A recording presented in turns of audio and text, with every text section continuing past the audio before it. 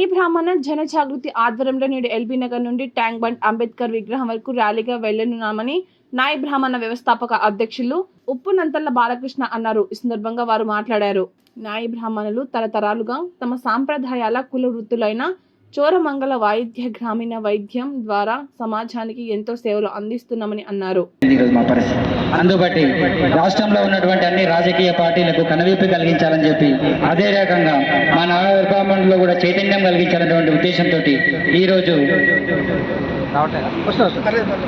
కనువిప్పు కలిగించాలనేటువంటి ఉద్దేశంతో ఈరోజు ఈ పాదయాత్ర ప్రోగ్రాం ద్వారా ప్రభుత్వానికి అలాగే మా నాయ బ్రాహ్మణులకు మా యొక్క సమస్యలను తెలియజేయడం ద్వారా చైతన్యాన్ని రగిలించాలి నాయ బ్రాహ్మణులు అనేటువంటి ఉద్దేశంతో ఈరోజు ఈ పాదయాత్ర చేయడం జరుగుతూ ఉంది.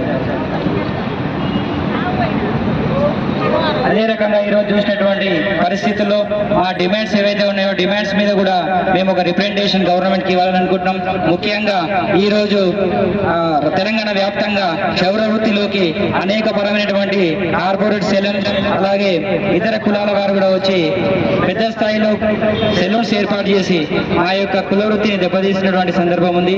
అలాంటి సందర్భంలో మేము ప్రభుత్వాన్ని చాలా స్పష్టంగా డిమాండ్ చేస్తూ ఉన్నాం.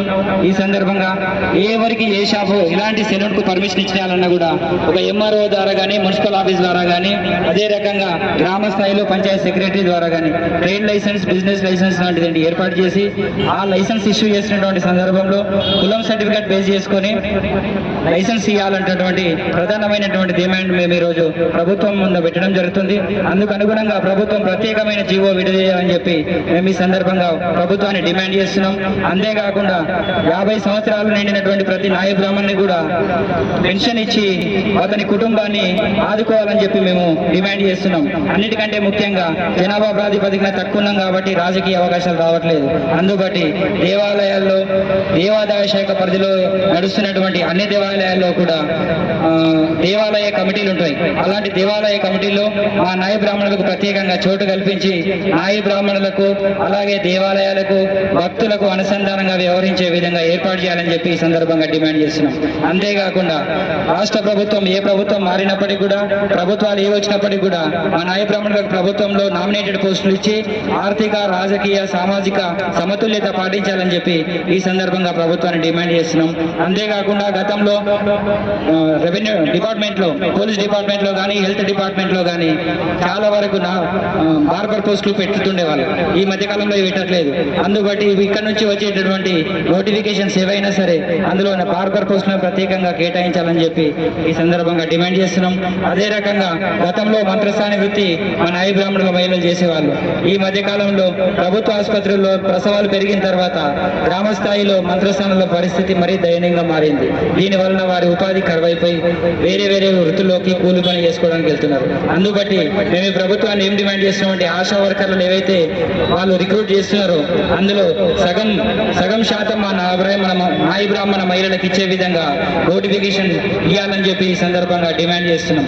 ఇవన్నీ డిమాండ్స్ ఇలా ఉండేటప్పటికీ ప్రభుత్వం ఆలోచించి తక్షణమే ఈ డిమాండ్స్ మీద స్పందించి నామినేటెడ్ పోస్టులు ఇచ్చి మా నాయి బ్రాహ్మణుల సమస్యలు ఏవైనా ప్రభుత్వానికి చెప్పాలనుకున్నప్పుడు ప్రభుత్వానికి ప్రజలకు ప్రభుత్వానికి నాయ బ్రాహ్మణులకు మధ్య అనుసంధానకర్తగా మా నాయ బ్రాహ్మణ ఫెడరేషన్ ఏర్పాటు చేసి ఆ ఫెడరేషన్ కొన్ని నిధులు ఏర్పాటు చేసి నిధులు ఇచ్చి ఒక ఆఫీస్ ఓపెన్ చేయడం ద్వారా కార్యాలయం ఏర్పాటు చేసి దానికి కొంత ఫర్నిచర్ ఇచ్చినప్పుడు అతనికి ఒక పదవి ఇచ్చినప్పుడు అతడు నాయ బ్రాహ్మణులకు ప్రభుత్వానికి మధ్యవర్తిగా వ్యవహరించి సమస్యల పరిష్కారం వేగంగా జరగడానికి సహాయపడుతుందని చెప్పి ఈ సందర్భంగా ప్రభుత్వాన్ని డిమాండ్ చేస్తున్నాం.